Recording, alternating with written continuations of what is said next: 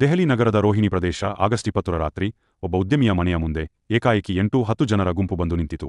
ಅವರ ಬಳಿ ಸಿಬಿಐ ಅಧಿಕಾರಿಗಳಂತೆ ಕಾಣುವ ಐಡಿ ಕಾರ್ಡ್ಸ್ ಮತ್ತು ಸಿಬಿಐ ಗುರುತುಗಳಿದ್ದವು. ನಾವು ಸಿಬಿಐ ಅಧಿಕಾರಿಗಳು, ಸರ್ಚ್ ನಡೆಸಬೇಕು ಎಂದು ಅವರು ಹೇಳಿದರು.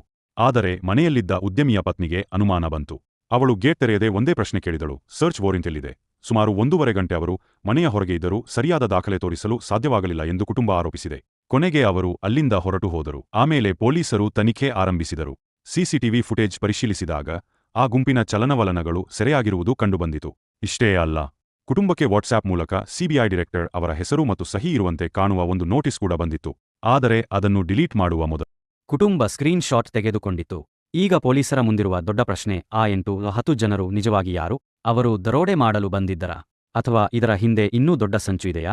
ಈ ಘಟನೆಗೆ ಸ್ಪೆಷಲ್ 26 ಸಿನಿಮಾದ ಹೋಲಿಕೆ ಮಾಡಲಾಗುತ್ತಿದೆ. ಆದರೆ ಇದು ಸಿನಿಮಾ ಅಲ್ಲ, ರೋಹಿಣಿಯಲ್ಲಿ ನಡೆದಿರುವ ನಿಜವಾದ ಪ್ರಕರಣ.